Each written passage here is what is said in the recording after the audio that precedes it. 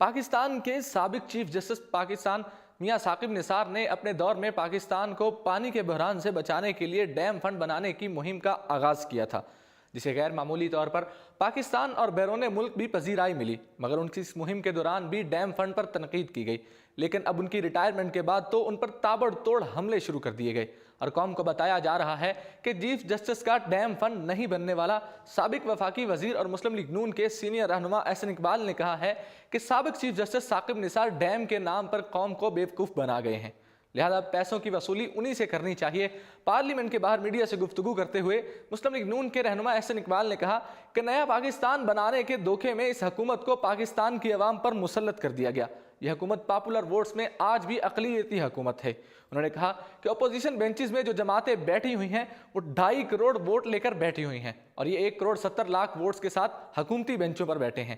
نئے پاکستان کی جو فل قوم کو بیچی گئی، جس میں جنت کا وعدہ کر کے آج قوم کو جہنم میں دھکیل دیا گیا، عوام کی گیس اور بجلی کے بلوں سے چیخیں نکل رہی ہیں۔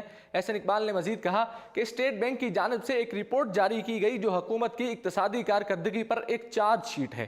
اس رپورٹ میں واضح طور پر لکھا گیا کہ پہلی سہ ماہی کے دوران اندر جو خسارہ ہے پچھلے سال کے مقابلے میں اس میں 100 ارب روپے کا اضافہ ہوا ہے۔ انہوں نے کہا کہ قوم مجھ پر بھروسہ کرتی ہے، میں چندے اکٹھے کرتا ہوں، آپ مجھے وزیر اعظم بنا دیں اور پھر دیکھیں کہ قوم مجھ پر ٹیکس کی بارش کیسے کر دے گی۔ لیکن اس کے برعکس ٹیکس ریٹرن میں بھی شارٹ فال دیکھنے میں آ رہا ہے۔ انہوں نے کہا کہ ہم نے بغیر چندہ مانگے 122 ارب روپے خرچ کر کے ڈیم کی زمین خریدی، 13 ارب روپے خرچ کر کے تشہیری مہم چلائی گئی اور 9 ارب روپے اکٹھے کیے گئے۔ ان کے وزیر کہتے تھے کہ بیرون ملک پاکستانی 200 ارب ڈالر بھیجیں گے۔ ڈیم فنڈ کی جمع ہوئی رقم میں 1.25 ارب روپے بیرون ملک سے آئے ہیں، جبکہ باقی سارا پیسہ سرکاری ملازمین کی تنخواہوں پر ڈاکہ ڈال کر زبردستی پیسہ اکٹھا کیا گیا۔ فوج کی تنخواہیں کاٹ کر 2 ارب روپیہ جمع کروایا گیا۔ ٹیچرز کی اور سرکاری ملازمین کی 1 یا 2 دن کی تنخواہیں کاٹ لی گئیں۔ جس محکمے کا کیس زیر سماعت ہوتا تھا اس کا سربراہ چیف جسٹس کو چیک پیش کر دیتا تھا۔ انہوں نے کہا کہ میں مطالبہ کرتا ہوں کہ سابق چیف جسٹس کو قوم کے سامنے پیش ہونا چاہیے، جو بابا ڈیم بنے اور جنہوں نے وعدہ کیا تھا کہ ڈیم بنائیں گے، وہ قوم کو ڈیم کے نام پر بھی بیوقوف بنا کر چلے گئے۔ 1100 ارب کا پروجیکٹ ہے، جب تک آپ کے پاس 8 ارب ڈالر نہیں ہوں گے کوئی ٹھیکیدار اپنی بٹ جمع نہیں کروائے گا۔ ان پیسوں کی وصولی سابق چیف جسٹس ثاقب نثار سے کرنی چاہیے۔ یاد رہے کہ سابق چیف جسٹس میاں ثاقب نثار نے ڈیم کے لیے ایک مہم چلائی تھی، جس میں پاکستانی قوم کو پانی کی اہمیت اور ڈیم کی اہمیت اجاگر کرنے کی کوشش کی گئی تھی۔